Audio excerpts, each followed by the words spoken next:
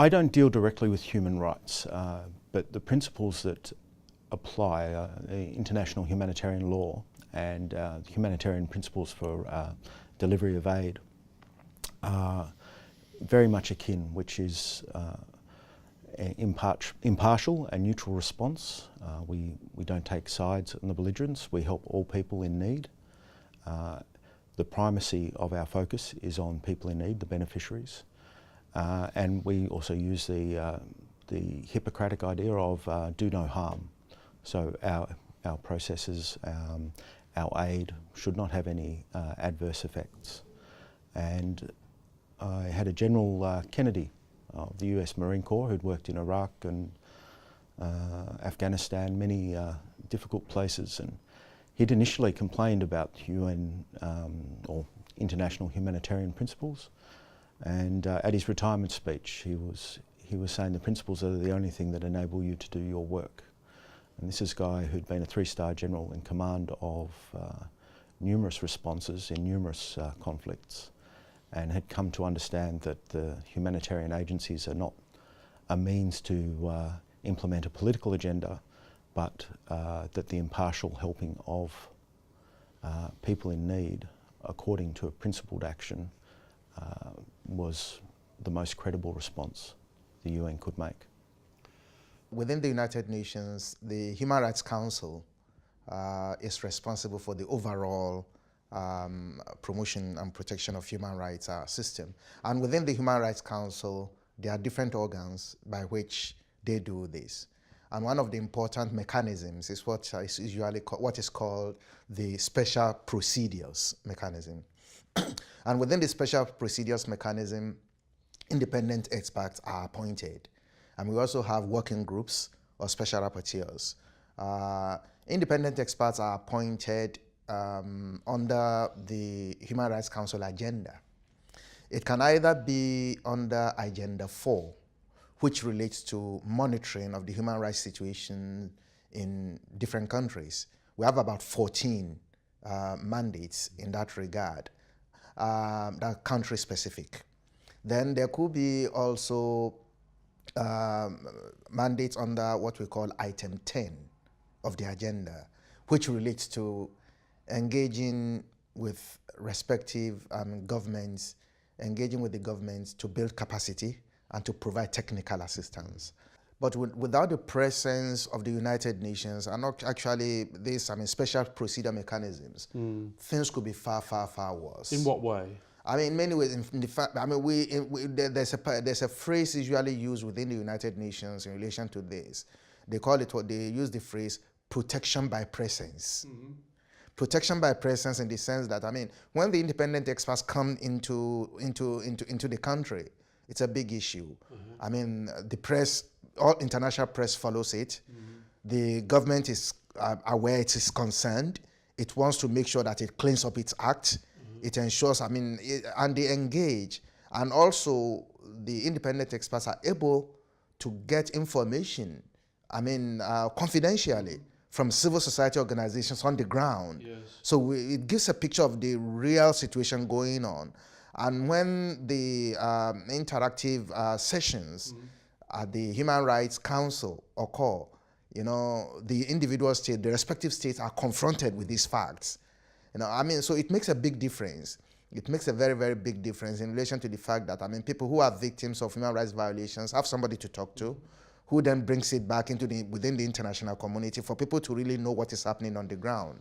The UN has had tremendous difficulties with human rights from the very beginning.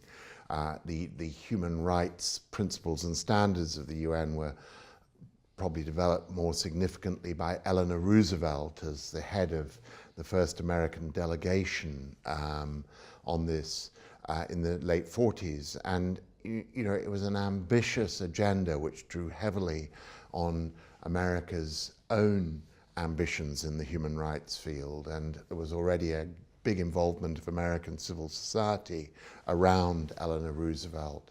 And in that way, the standards have always had a Western stamp on them and a sort of Western aspirational ambition to them, which has often not even been matched by the West's own actions, and hence the very correct allegations of hypocrisy when it comes to the Middle East and many other places as well.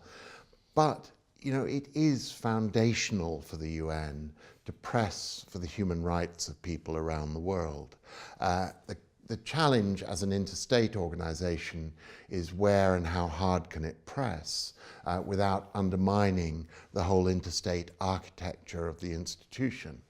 You know, if you push countries so hard that they withdraw from the UN, you've lost its real legitimacy and power that comes from its universality. If you don't press them enough, you're properly charged with double standards and allowing states to get away with behaviors that fall below the standards of the Charter. So it's a constant balancing act. And my own view is the UN's probably never going to get it right, and that it's very dependent on franchising out a lot of human rights advocacy and lobbying and name calling to civil society, to NGOs who can act more freely, and when they do, bring pressure to bear on the UN mechanisms to be more rigorous and to stand up more clearly for these things. But as I say, the prime movers are, in my view, likely to remain civil society in this space.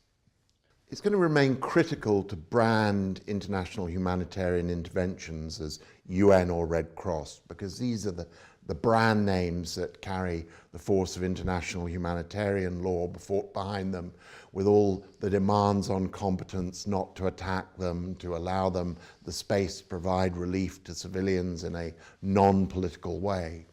But behind that brand name, under the bonnet, we're going to see a huge amount change, because we've got two sort of related things happening. One, a hugely more professionalized group of NGOs, groups like Médecins Sans Frontières or Save the Children or Oxfam, many others, who have become more cost-effective international deliverers of assistance often than the UN. They're just lower cost, nimbler, the rest. But they need that UN badge to operate under. And then, secondly, we've seen the rise of local civil society. So if we look, for example, at the conflict in Syria, it is Syrian white helmets, Syrian nationals themselves, who have been really the last mile of the relief effort, the ones who've gone into Aleppo or other war-torn cities and rescued people, delivered assistance to them in situ, etc. And so I think we're going to see a lot more localizing of humanitarian action and a lot more deployment of very competent non-governmental relief organizations to support that, and the UN stepping back a bit more to be the protector, the funder, the standard setter, the franchisee of all of this, but with a lower operational presence itself.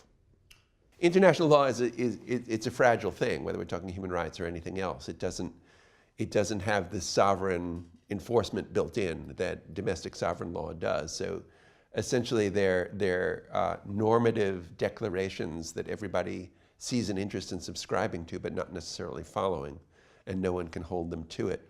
I think that's particularly true of human rights law and convention that's top down. I think when you can create human rights standards, a sort of template for countries to adopt into their own law, you have a stronger international human rights regime. Coming back to the UN, I mean, we have the Human Rights Council, which was supposed to be some kind of reform, but really repeated the problems of its predecessors. How do you have an organization of states monitoring the observance of human rights by states when states are typically the main violator or threats to human rights? It's not very promising structurally.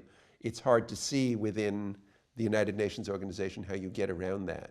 But certainly when you have things like regions nominating regional blocs, nominating regional members, and that no threshold that a country has to pass on its own performance other than accepting review to be a member of the Human Rights Council, you're reinforcing some of the worst anti-human rights tendencies of your chief human rights body.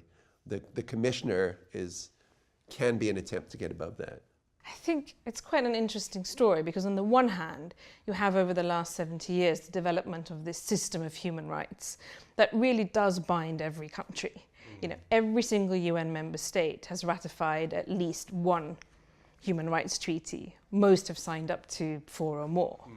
You have independent human rights experts, you have a human rights council, you have a very, I think, savvy network of NGOs and of people who want to claim their rights, who think they're important, who use everything that the UN has put out there in terms of laws and tools, who use that to challenge their governments and sometimes have success.